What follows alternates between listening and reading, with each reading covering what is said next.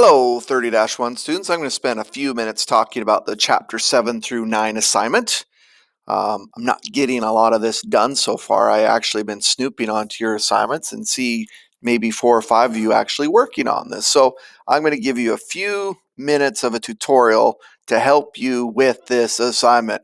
Maybe help you motivate yourselves a little bit to get her done. I know it's grad week and I'm going to see you all and I'll probably bug you about this a little bit. More than likely, I'll probably not bug you too much about this kind of thing because it's more about your day.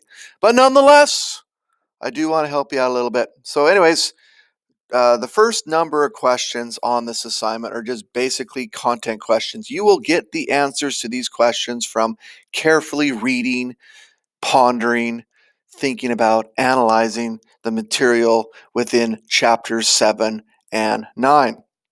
The first section deals with chapter 7. So I'm going to scroll down to question 9, which now becomes more of a technical social studies 30-1 type question. I will read this source to you, and I'll give you a little bit of a background from it.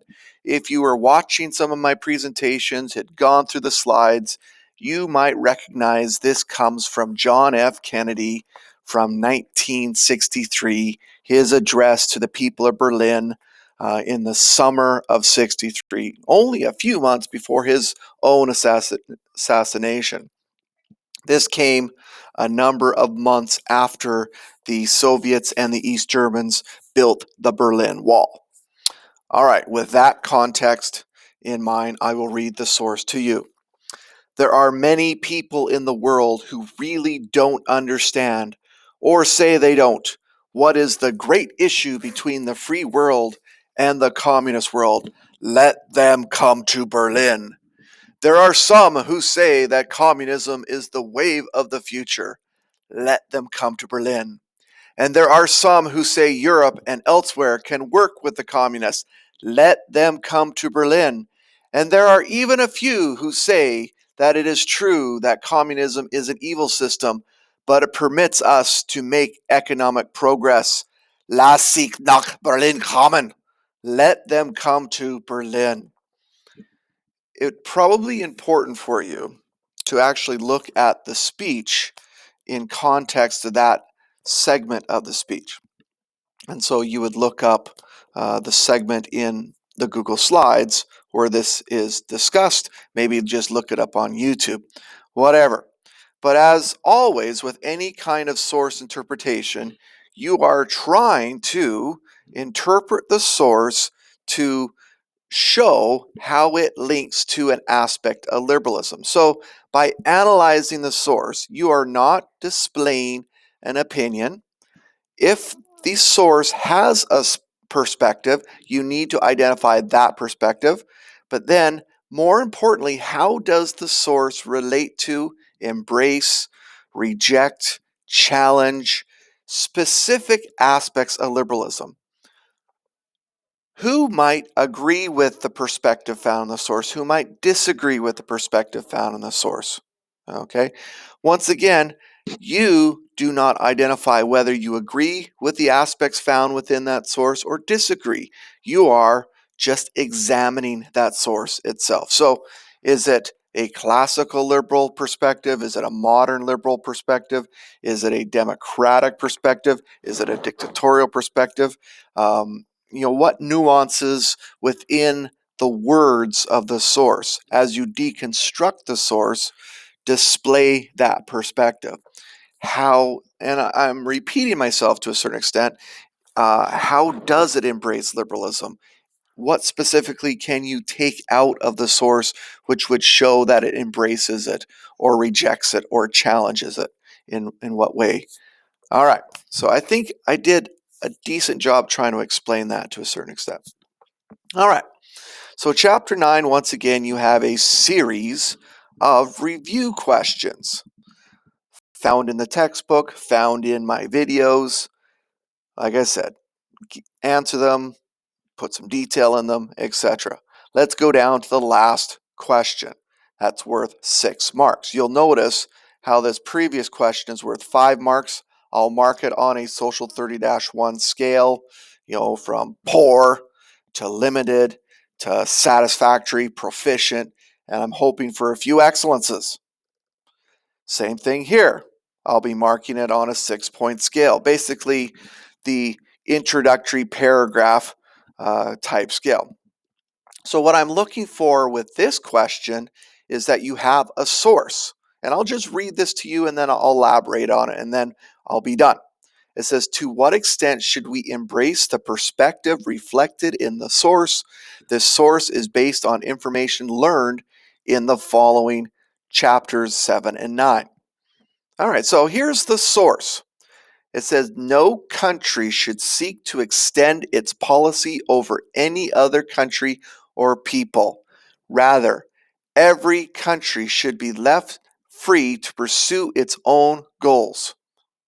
Every country should be unrestricted, secure, and confident in pursuing these goals, regardless of the country's size or strength. So, all I want here is one really well developed introductory paragraph that you would put in an essay. Okay, and so let's just look at the bullet points here. 1, analyze the source above to demonstrate an understanding of the ideological perspective reflected in the source. So the crux of this whole paragraph is that you have to analyze the source.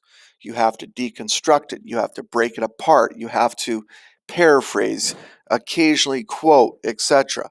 What you're trying to get out of that deconstruction and analysis is to identify its perspective.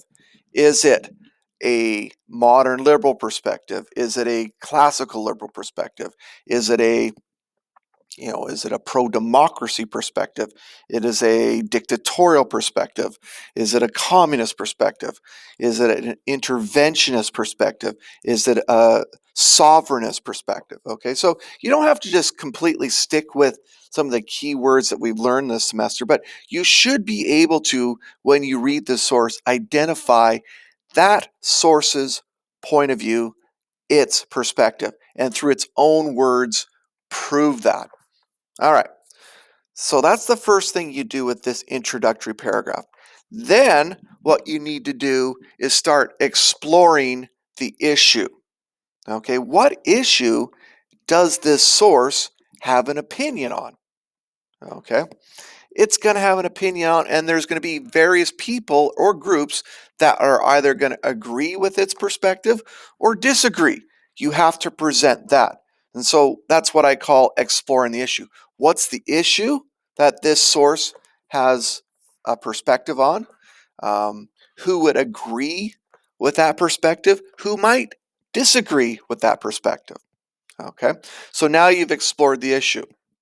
Once again, I often recommend that you put some sort of hook at the beginning of an introductory paragraph. A hook could be a quote, a stat, some sort of thing to get people interested in the source itself. All right, so now that you've analyzed the source, now that you've explored the issue, looking at the people that would support or oppose the perspective found within the source, maybe you've put a hook in there. Now, finally, at the bottom, the end of the introductory paragraph, you have to take a position. The extent in which you embrace, reject, challenge the perspective found in the source. Okay, so it would come into some sort of wordage like the source's blankety blank perspective should be embraced to this extent. Okay, and you have to identify the extents in which you embrace it. You might embrace modern liberal extent for this reason or this reason, but maybe not for another reason. Maybe you think you support its interventionist perspective for a reason and maybe not for another reason. That's up to you to decide. Okay, and so when you're writing that thesis, you have to tell me or the reader exactly the extent in which you support the perspective found within that source. I embrace this aspect and that aspect. Okay. Or maybe you just completely embrace it. And so you'll come up with reasons why you embrace it. Or maybe you completely reject it and come up with 3 reasons why you reject that perspective. Okay. But the more nuanced paper would come up with an extent. Okay. And so I've given you some help guides to work with you through this, but here's a couple of them we'll just kind of work through here. Um, you got some links to YouTube's, uh, you know, uh, really good YouTube videos on the subject. Down here, I've linked the outline, okay, that you can look at to kind of look at how you should construct an introductory paragraph.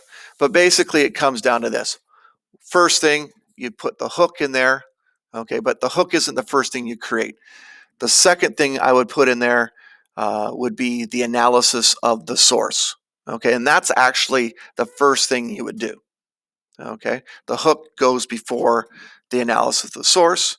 The third part of an introductory paragraph, in my opinion, would be the exploration of the issue that the source has a perspective on. And then the last part of an introductory paragraph is your thesis. Okay, where are you, in relation to the perspective found within the source? Okay, and the last part of any kind of a thesis statement would be what I call a blueprint.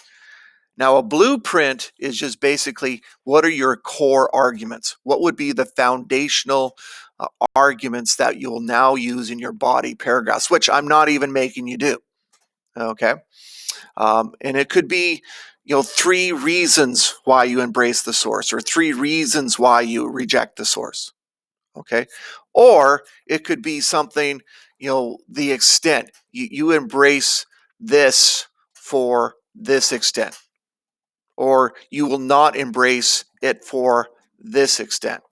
Okay. And that's where the case studies come in, which once again, you do not have to do for this because once again, this is an introductory paragraph. All right. Um, a little bit of an overview. It's probably only about a 10-minute video. Maybe you'll watch it. Okay. And I hope you do. Anyways, I will talk to you soon.